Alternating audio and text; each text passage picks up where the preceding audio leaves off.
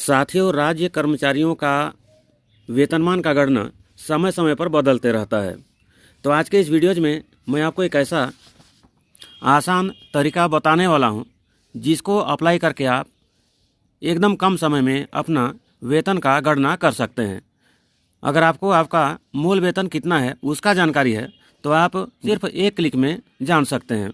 इस वीडियोज को सिर्फ एजुकेशन पर्पस से बनाया गया है। इसमें किसी भी कर्मचारी का या किसी भी एम्प्लॉयज़ का डेटा को शो नहीं किया गया है। यह सिर्फ एक जानकारी के उद्देश्य से इस वीडियो को बनाया जा रहा है। तो चैनल में अगर आप नया हैं तो चैनल को सब्सक्राइब कर लीजिए और बगल में जो बेल का आइकन है उसको भी क्लिक कीजिए। तो आइए आज का वीडियो को शुरू करते हैं। तो साथियों, मैंने यहाँ पर शासकीय कर्मचारियों का वेतन का गणना करने के लिए एक्सेल शीट में यह डेटा को तैयार किया हुआ है। इस एक्सेल शीट में आप किसी भी स्टेट के कर्मचारी हों, अगर आप 7वां वेतनमान के अंतर्गत आते हैं तो आप अपना वेतन का गणना सिर्फ एक क्लिक में कर सकते हैं। तो यहाँ पर जो एक्सेल शीट तैयार किया गया है, इसमें पहले क्रमांक में क्रमांक, पदनाम, मूल वेतन, महंगाई भत्ता, गृह भाड़ा भत्ता, चिकित्सा भत्ता, उसके बाद में ट्रैवल अलाउंस, अन्य भत्ता, कुल वेतन, इस प्रकार से टेबल बनाया गया है। इसी प्रकार से कटौती में ओपीएस और एक है जीआईएस, समूह बीमा योजना। उसके बाद में कुल कटौती और दिसंबर तक का स्थिति में शुद्ध वेतन जो आपका अकाउंट में जमा होता था उसको तैयार किया गया है। इसी प्रकार से छत्तीसगढ़ राज्य में जनवरी 2026 से महंगाई भत्ता में वृद्धि किया गया है, जिसके बाद में 58% के दर से कर्मचारियों का वेतन का गणना या महंगाई भत्ता का गणना किया जाएगा, जिसके लिए हमने यहाँ पर अलग से डेटा तैयार किया है, जिसमें क्रमांक, पद नाम, मूल वेतन, महंगाई भत्ता 55% के अनुसार कितना बन रहा था, उसके बाद महंगाई भत्ता जनवरी 2026 से 58% के अनुसार कितना बनेगा। इसी प्रकार से अगले ऑप्शन में महंगाई भत्ता में कितना का वृद्धि होगा, कितना का अंतर रहेगा। इसी प्रकार से दिसंबर 2025 तक का स्थिति में 55% के दर से कुल वेतन, इसी प्रकार से वर्तमान में 58% के दर से वर्तमान वेतन कितना होगा, इसका हमने डेटा तैयार किया है। तो साथियों, अगर आपको आपका मूल वेतन का जानकारी है तो आप सिर्फ एक क्लिक करके आप यहाँ पर पूरे डेटा को कैलकुलेट कर सकते हैं, जानकारी ले सकते हैं। तो यहाँ पर हमने एक उदाहरण के रूप में एक प्राथमिक शाला के कर्मचारी के रूप में लिया है, जिनका प्रारंभिक वेतनमान 25,300 रुपया रहता है। तो इस कंडीशन में 25,300 का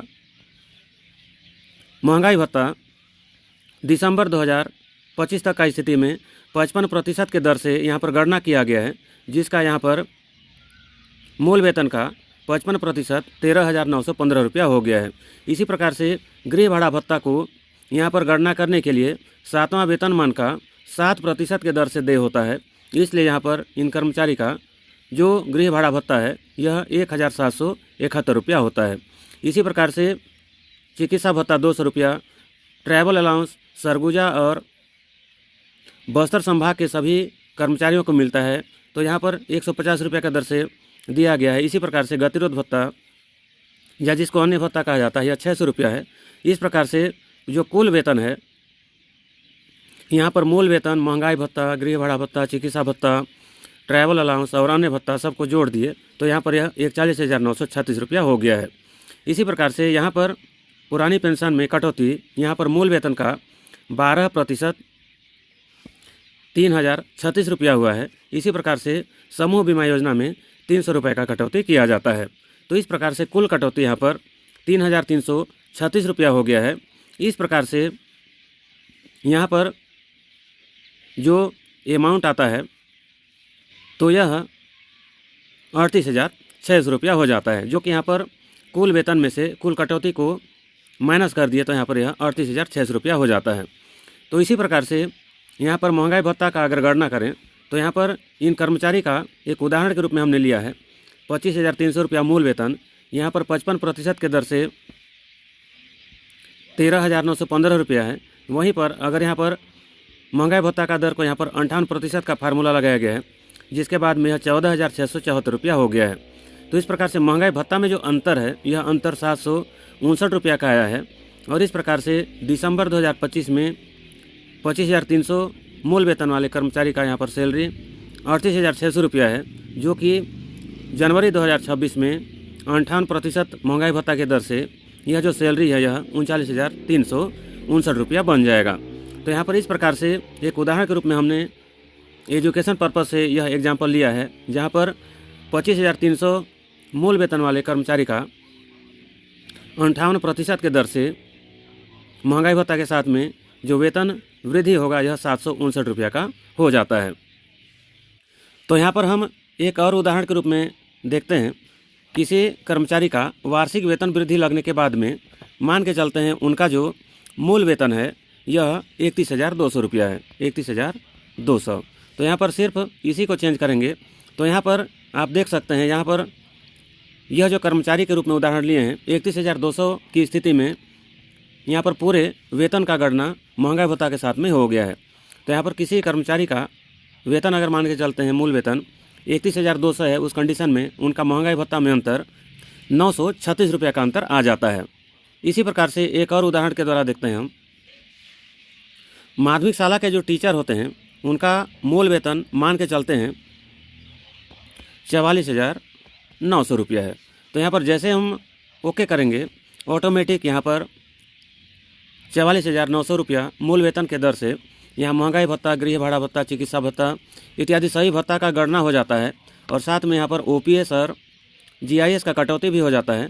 और यहाँ पर 55% के दर से ये जो कर्मचारी हैं इनको 68,000 इनका अमाउंट सैलरी के रूप में अकाउंट में जमा हो जाता है। वहीं अगर देखेंगे यहाँ तो महंगाई भत्ता में जो अंतर है यह अंतर 1,347 रुपया का यह अंतर 58% के दर से महंगाई भत्ता का गणना करने पर आता है।